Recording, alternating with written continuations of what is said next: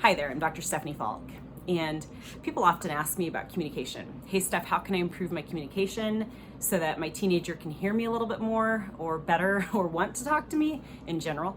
How can I talk to my spouse in a way that he will understand where I'm coming from? And a lot of times what I do is I provide strategies, and I'm sure I've posted a video or two of these strategies, such as using iMessages, not using you or blaming language, being able to set aside a particular time and place that's more conducive towards a better conversation. So those are some tips and tricks, and like I said, I believe that they're important. But at the end of the day, if we're going to funnel down how to have more meaningful conversations, I really think it's about being able to convey a sense of care. If the person in front of you knows that you care about them, then they're a lot more likely to engage in a meaningful conversation with you. So that begs the question then, how do we convey care in a conversation? I think that we can do that in two main ways. And one is through focused attention, and one is through asking questions.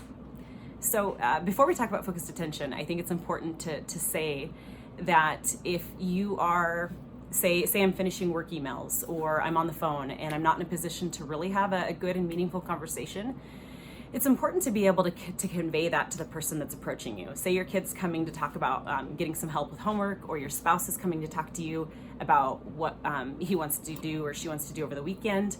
Then it's really important to be able to say, hey, I'd love to be able to have this conversation with you.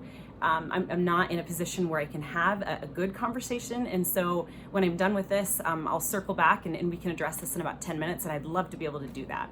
So really setting some boundaries around your time and space, so that instead of feeling blown off by you, then they feel like, well, hey, my mom or my spouse really wants to be able to talk to me, but she's not able to quite yet.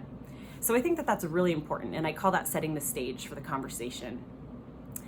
The second thing that I think we really want to be able to do to convey care is providing that focused attention when we circle back and have that conversation.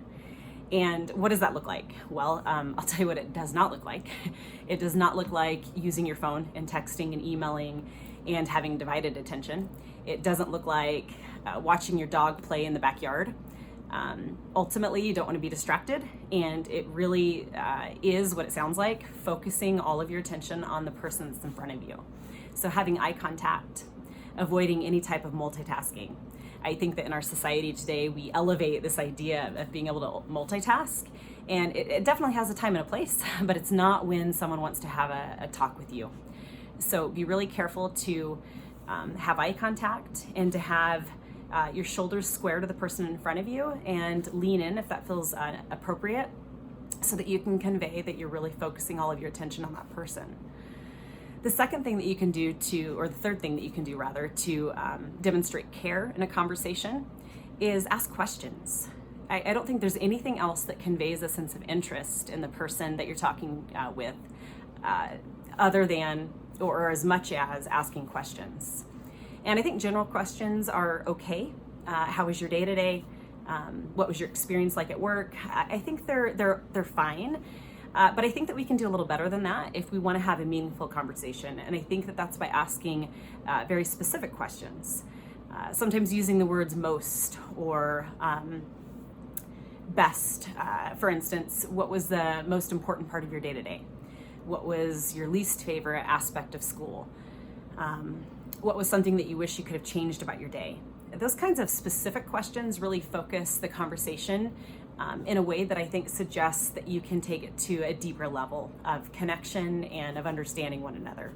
So really toy with this idea of asking questions, and questions that are very specific. So I hope that it's been helpful to tune into this video and to hear a little bit about how to convey care in a conversation. I wish you all the best as you connect with your loved ones in having meaningful conversations. Again, set the stage in an appropriate way and carve out the appropriate time for a conversation. Provide focused attention and ask questions, in particular specific questions. I hope this finds you having a beautiful day, and if you don't want to miss a video, feel free to subscribe. Thank you very much.